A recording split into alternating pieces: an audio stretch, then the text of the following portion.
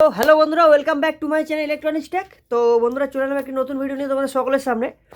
তো এটা cross over, তোমরা অনেকেই জানো এটা ক্রস ওভার। তো এটা দিয়ে এই হাইস বা হর্ন বাজানোর জন্য, সেফটির জন্য।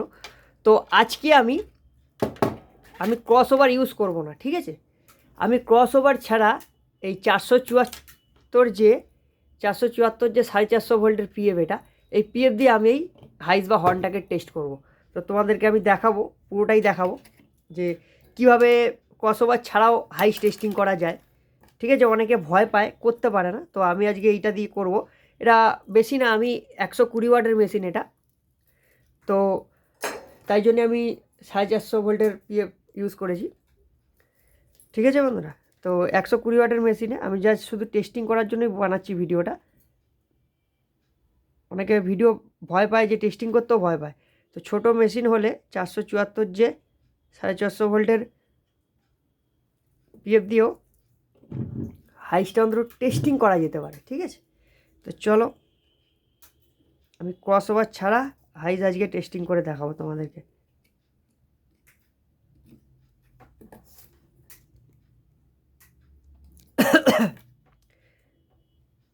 জন্য যেটা প্লাসের দিক, আমি 474 যে 450 ভোল্টের পিএফটা ব্যবহার করলাম।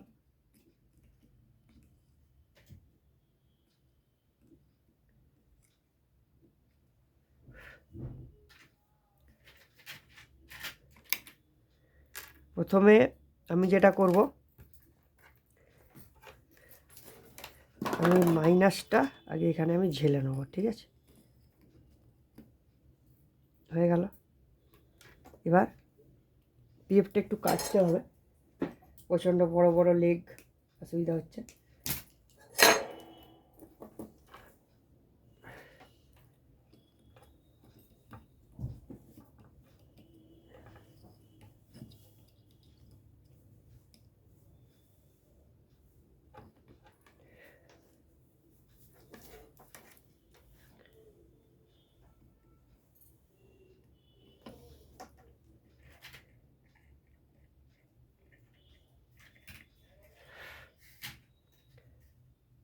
তো যাই হোক, ঝালাঝালি কমপ্লিট।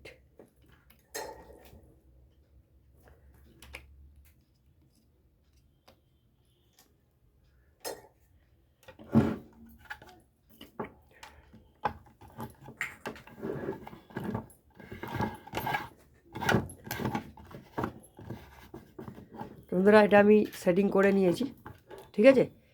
চলো স্টার্ট ভিডিওটা। মেশিনটাকে অন করা যাক। তো মেশিনটা অন হলো। তো এবার আমি তোমাদেরকে টেস্ট করে শোনাবো।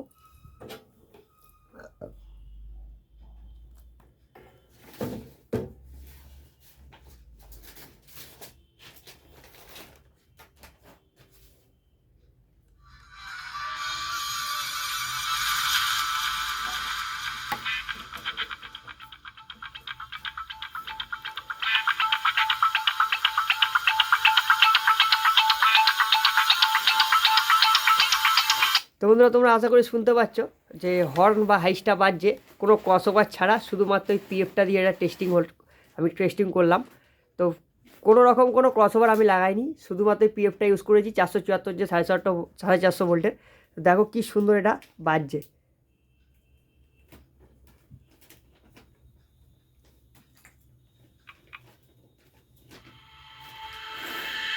বেশ কিন্তু একদম জিরো রেখেছি, দেখে নাও।